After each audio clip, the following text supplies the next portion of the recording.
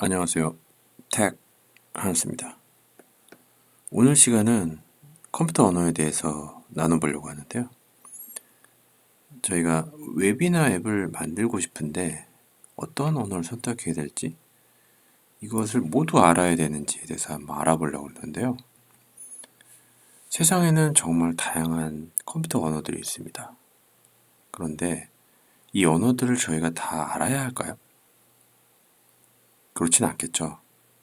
외국어도 마찬가지지만 자신의 주력 언어, 영어, 일본어, 중국어 중에 내가 관심 있고 하고 싶어 하는 언어를 선택해서 보통 하는데, 물론 다국어를 얘기하는 사람들도 공부하는 사람들도 있지만, 개인적으로 관심이 있거나 또는 필요에 의해서 컴퓨터 언어도 다양하게 알고 사용하는 사람들도 있습니다. 그런데 꼭 그것은 필수가 아니라는 얘기죠. 먼저 컴퓨터 언어를 시작하기 전에, 공부를 결심하기 전에 저희가 체크를 할 필요가 있는 그 항목이 있는데, 이것은 자기가 작심삼일로 끝나지 않기 위해서 어떤 체크리스트가 필요할까, 그러니까 내 성향이 맞는지에 대한 부분들인데, 가장 큰 것은 이런 것 같습니다. 내가 컴퓨터 언어를 배우려고 하는데 꼭 뭐 직접적으로 접하진 않았더라도 재미있다, 흥미있다, 이런 부분이 있는지 한번 확인해 볼 필요가 있어요. 왜냐하면 컴퓨터 언어 또는 IT 쪽은 좀 꾸준하게 배워야 될 부분들이 굉장히 많아서, 어떤 재미와 흥미, 그리고 또 자신의 성향이 좀 이렇게 좀 파고들 수 있는 부분이 있는지에 대한 부분들이 필요하고요. 그리고 그런 성향이 맞고 또 많은 부분을 또 공부해야 되는 부분들이 있어서 시간 투자도 좀 필요합니다. 물론 이제 처음 시작하는 분들이 이 얘기를 듣고 이제 겁을 먹을 수도 있는데, 가장 중요한 거는 그런 것 같아요. 재미와 흥미를 느낄 수 있는가. 왜냐하면 재미와 흥미가 느껴져야 지치지 않고 동기부여도 되고 계속 할 수가 있는 부분들인 것 같아요. 그래서 컴퓨터 언어에 대한 어떤 문법이나 뭐 사용법에 대해서 집중하기보다는 그 컴퓨터 언어를 가지고 내가 나중에 어떤 것을 만들어 보겠다. 웹사이트를 들 수 있고요. 모바일 어플이 될 수도 있고, 내가 어떤 목적으로 컴퓨터 언어를 배운지에 대한 부분을 명확히 하면 좀 더 재미와 흥미를 가지고 오래 할 수 있을 것 같습니다. 먼저 컴퓨터 언어를 배우겠다고 결심하게 되면 당연한 과정이 있습니다. 먼저 HTML하고 CSS, 이미지 관련된 스타일 관련된 스크립트죠. 그리고 자바스크립트라는 클라이언트端사용하는 약간 비즈니스 로직이 들어간 부분, 메뉴 컨트롤이라든지 어떤 그 브라우저에서 보이는 어떤 그 많은 기능적인 펑션 위주의 어떤 그 로직들이 들어간 부분들은 거의 이제 자바스크립트로 구현을 하게 되고요. 그리고 화면에서 보여주는 데이터들을 이제 백엔드, 즉 데이터베이스에서 저장을 해서 그 데이터를 이제 가지고 오는 형태인데, 백엔드 쪽도 나중에 관심이 있으면 SQL이라고 데이터를 끄집어낼 때, 꺼낼 때 어떤 형태로 꺼낼지에 대한 그런 부분들을 만들어 놓은 게 이제 SQL인데, 이것도 나중에 필요하게 되면 배울 수밖에 없게 됩니다. 네. 이렇게 해서 일반적으로는 이제 프론트엔드 쪽만 아시면 무리가 없을 것 같습니다. 너무 처음부터 겁을 주면 안 되기 때문이죠. 네, 사실 백엔드 쪽 SQL은 좀 어려울 수도 있어요. 그래서 일단은 프론트엔드 쪽부터 보신다는 생각 가지시면 될 것 같습니다. 이러한 기초 과정이 끝나고 좀 더 배우고 싶다. 그러면 이제부터 본격적으로 이제 심화 과정에 들어가게 되는데, 실질적으로 정말 다양한 언어들이 있어요. 그리고 실제 이제 IT 종사하는 분들도 이 심화과정에서 이제 보여주는 이제 언어들 중에서 몇 가지만 가지고도 일을 하면서 먹고 사는데 지장이 없을 정도로 굳이 많은 언어를 할 필요가 없습니다. 내가 관심 있어 하고 주력으로 하고 싶은 언어를 선택하면 돼요. 물론 그게 쓰임새 아까도 말씀드렸듯이 범용적인 언어를 선택하는 게 나를 필요로 하고 이왕이면 범용적인 언어를 하면 좋을 것 같아요. 그리고 범용적인 언어를 하나 잘 익숙하게 한 다음에 개인적인 관심으로 특이한 언어를 뭐 몇 개 더 한다? 그건 굉장히 좋은 케이스인 것 같습니다. 그래서 굳이 나누자면 이제 웹 그리고 모바일 그리고 ML은 머신러닝이에요. 빅데이터 쪽. 그리고 애플리케이션 총 4가지로 구분할 수가 있을 것 같습니다.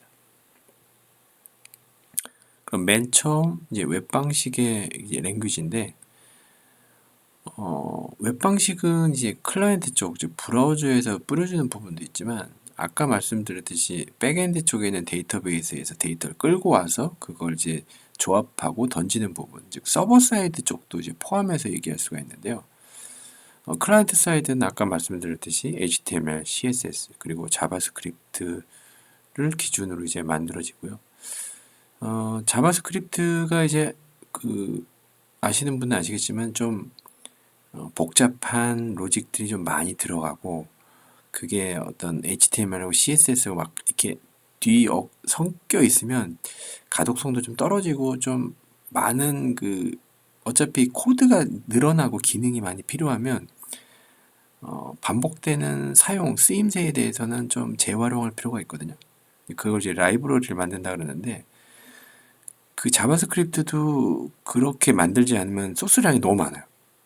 요즘 그 웹페이지 보시겠지만 굉장히 다양한 기능들이 들어가지 않습니까? 그렇기 때문에 결국은 자바스크립트를 라이브러리로 한 게 이제 약간 그 jQuery라고 있는데 jQuery가 좀 자바스크립트를 라이브러리화를 해서 좀 더 쉽게 사용할 수 있게 만든 것인데 이런 것들이 좀 더 진화해서 요즘은 이제 리액트나 뷰, 앵귤러 같은 좀 뭐랄까 되게 유행을 타고 있는 그 라이브러리들이 있어요. 그래서 이전 자바스크립트를 그냥 로우하게 그러니까 원시적으로 코딩하는 거에 비해서 이러한 그 자바 라이브러리를 사용한 프레임워크를 사용하게 되면 좀 더 쉽게 클라이언트 사이드 이제 브라우저에서 코딩을 할 수가 있는 거죠. 그리고 서버 사이드는 전통적으로 이제 서버와 통신하는 프로그래밍 랭귀지라서 보통은 이제 뭐 우리나라에서 많이 쓰는 이제 자바나 C#, 뭐 PHP나 뭐 파이썬 이제 이런 것들을 많이 쓰고 있고요. 그리고 이제 하이브리드라고 이제 클라이언트 사이드 랭귀지인데 이제 서버 쪽 통신도 가능하게 한 뭐 노드.js나 이런 게 있고 사실 뭐 리액트나 뷰 같은 경우도 이제 서버 사이드 렌더링 같은 것도 지원을 하는데 굳이 나누자면 한 요 정도 3가지 카테고리 나눌 수가 있을 것 같습니다.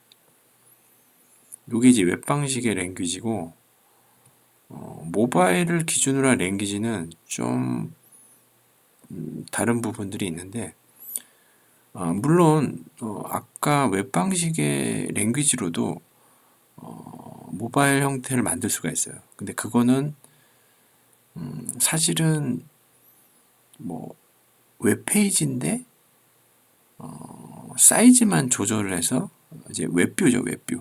웹페이지를 이제 모바일 형태로 크기로 만들어서 만든 이제 웹뷰 형태가 있는데 전 그 부분은 이제 제외하고 이렇게 2가지 정도 네이티브하고 하이브리드 툴 이렇게 2가지로 나눴는데 네이티브는 말 그대로 웹뷰가 아니라 소위 말하는 라이브러리 결국은 그 디바이스에 있는 SDK를 이용해서 만드는 거거든요. 그래서 이제 구글 진영에서는 이제 안드로이드라는 걸 이용해서 이제 여기서 이제 SDK를 제공해서 그걸 이용해서 만드는 거죠. 근데 안드로이드는 기본적인 신텍스가 이제 자바로 되어 있고요. 그리고 이제 애플 진영에서는 이제 예전에 오브젝트 C라는 형태로 이제 엑스코드에서 이제 개발하는 그런 형태인데, 이 부분도 이제 각 그 진영, 이제 윈도우도 있긴 한데 윈도우는 일단 제외하겠습니다. 안드로이드 쪽에서는 좀 더 이것도 사실 라이브러리를 좀 더 쉽게 사용할 수 있게 하기 위해서, 좀 더 개발 용이하기 위해서 좀 진화된 언어를 내놨어요. 그게 코틀린인데, 코틀린 내놨고, 반면 이제 애플 쪽에서도 이제 오브젝트 C가 사실은 C 언어 기반이다 보니까 이제 좀 진입장벽이 있다 보니까 좀 더 쉽게 접근하기 쉬울 수 있는 언어를 만들자 그래서 이제 스위프트를 만들었는데, 개인적으로 이제 안드로이드하고 오브젝트 C가 익숙하다 보니까 코틀린이나 스위프트도 사실은 안 한 입장에서는 좀, 좀 장벽이 있어요, 사실은. 그래서 아까 말씀드렸듯이 학습에 대한 시간이 있고 재미나 흥미가 있으면 계속 배울 수가 있어요. 뭐 코틀린이나 스위프트도 저도 하고 싶은데, 네, 그런 동기부여가 돼야지 꾸준히 스터디를 할 수가 있는 부분들이 있어요. 근데 그렇다고 그게 필수는 아니고요. 내가 뭐 지금도 마찬가지지만 이제 구글 쪽에서 이제 어플을 만들어서 올리고 싶으면 안드로이드로 만들어도 돼요. 네, 그리고 네, 애플 쪽에서 할 때도 이제 오브젝트 C로 만들어도 되고요. 근데 네이티브의 이제 그 단점이 하나 있는데, 속도는 웹뷰보다 훨씬 빠릅니다. 성능적으로는 굉장히 빠른데, 문제는 이제 그 이 언어 자체가 다르고 뭐랄까 플랫폼 자체가 다르기 때문에, 만약에 내가 갖고 있는 아이디어나 어플이나 서비스가 있으면 두 가지 방식으로 개발을 해야 돼요. 그러니까 하나 개발하고 양쪽에 뭐 애플, 구글 다 배포할 수 있는 게 아니라, 구글은 안드로이드로 만들어야 되고요. 예를 들어서 애플은 오브젝트 C로 만들어야 됩니다. 그러니까 두 가지 버전으로 만들어야 되기 때문에, 저 같은 경우도 이전에 이제 서비스 올릴 때 처음에는 이제 오브젝트 C로 만들고, 그걸 이제 올려서 애플 스토어에서 만들어서 이제 런칭을 하고, 그 다음에 그걸 기반으로 해서 안드로이드를 이제 또 만들기 시작했거든요. 그러니까 사실은 이제 두 배가 이제 노력이 들어가는 부분들인데, 그러한 부분들이 사실 장단점이 있어요. 근데 이게 워낙 플랫폼 자체가 안드로이드하고 이제 아시다시피 이제 그 뭐 우리 그 iOS가 자체가 플랫폼이 다르기 때문에, 이걸 같이 할 수 있는 방법, 성능을 살리면서 같이 할 수 있는 방법은 굉장히 어려운 것 같아요.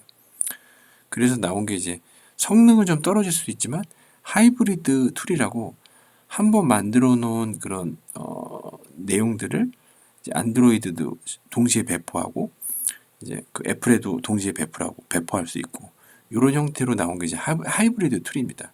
근데 이거는 네이티브 형태가 아니기 때문에 속도 면에서는 좀 느릴 수가 있어요. 그리고 관리하기도 좀 어려운 부분들이 있고,